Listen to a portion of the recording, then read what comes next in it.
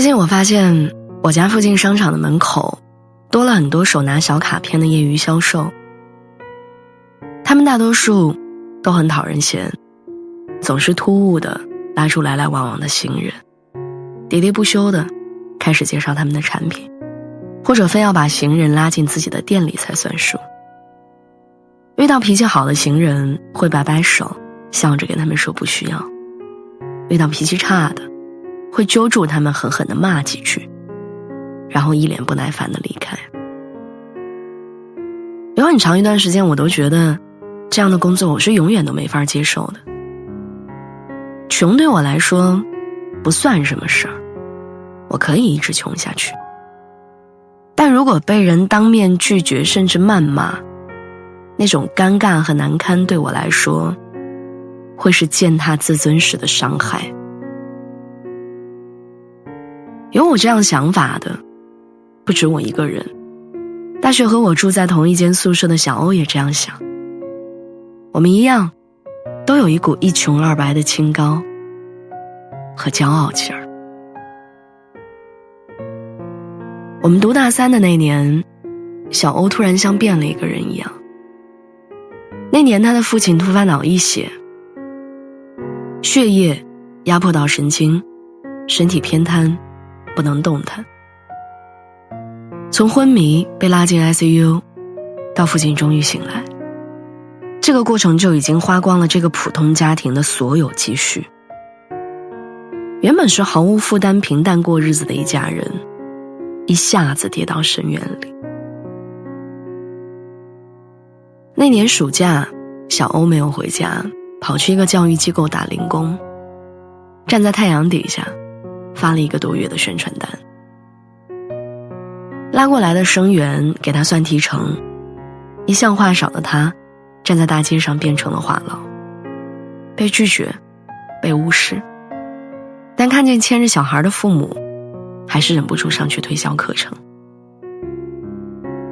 距离开学剩1周的时候，已经在太阳下晒得很黑的他回了一趟家，把挣来的4000多块钱留在家里，只给自己留了返校的路费。其实他的这些转变并没有给我带来太大的震撼。开学以后，他还是安静的上课下课。可就在开学后不久的一天，趴在笔记本前查资料的他不小心打翻了水杯，水一下子漫过了笔记本的键盘，屏幕当时就黑了，电脑再也打不开。我陪着他去修电脑，修电脑的人看了看之后告诉我们，主板烧坏了，得重新换，换主板的钱已经够买一台新的了。我还没来得及跟他说话，他的眼泪唰一下就掉下来了。我们俩没钱修电脑，只能抱着电脑往回走。他一路都在哭，学校里来来往往都是人。可能谁都不会想到，眼前这个面容姣好的姑娘这样大哭，是因为她没钱。那天晚上熄灯之后，我听见她还在哭，即使她强忍着。同一个屋里住了3年，我头一次看见她这样哭，就好像她要把3年的眼泪全都哭完一样，就好像这还不够化解她心里的委屈和难受一样。那天晚上我也哭了，她不知道我哭了。我心疼这个晒了整整1个暑假的姑娘，心疼这个为了挣4000块钱而拼命的姑娘，心疼这个因为买不起新电脑而哭的姑娘。我恨那杯洒在她键盘上的水，我不知道生活为什么总是这样突然的去难为那些已经很艰难的人。我恨那杯水，它那么轻易地消耗掉了这个姑娘一整个暑假的努力，也恨那杯水轻易地夺去了我们20几年人生里积攒的清高和骄傲。直到那时候我才突然意识到，钱对于我们来说算什么？它有多重要？我才意识到，在金钱面前，那些自尊和骄傲其实都是可笑的。这件事之后，我和他的人生里好像再也没有发生过什么让人无助的事情。小欧的爸爸慢慢好了起来，我和小欧也顺利的毕业，一起有了新的工作，开启了新的生活。我们再也没有拿不出4000块钱的窘迫，再也不会因为坏掉的电脑和丢掉的手机难过到通宵痛哭。那一年的青春就像是开了一个有点荒谬的玩笑，他用特殊的方式告诉我们什么是生活的真实面貌。就好像20岁的时候，我们忙着恋爱，忙着失恋，忙着矫情，忙着清高。我们不明白为什么有的人非要活得卑微，非要丢掉所有的面子和尊严，只为了钱。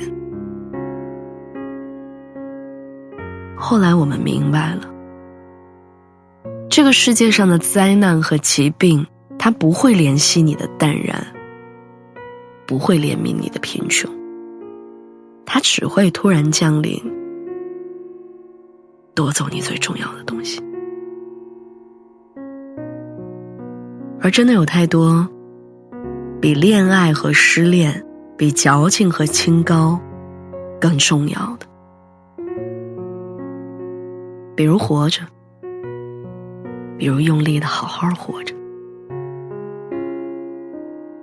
无关体面。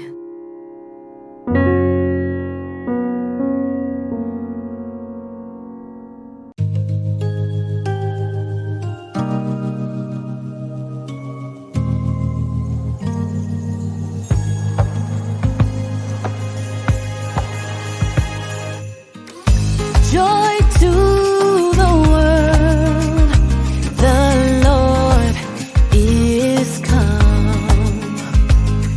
Let earth receive her King. Let every heart prepare Him room.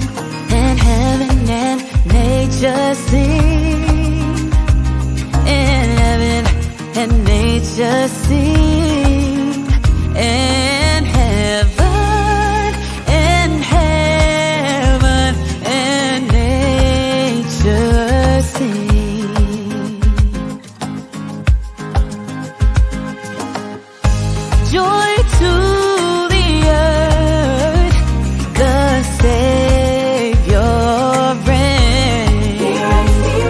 Let men their songs employ,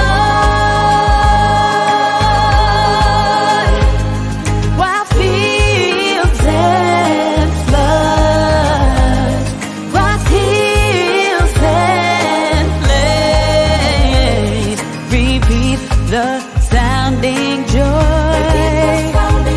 Repeat the sounding joy. Repeat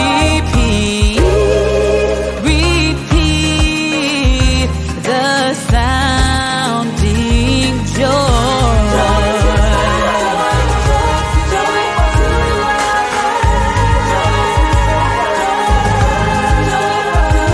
Sing joy, sing joy, sing joy.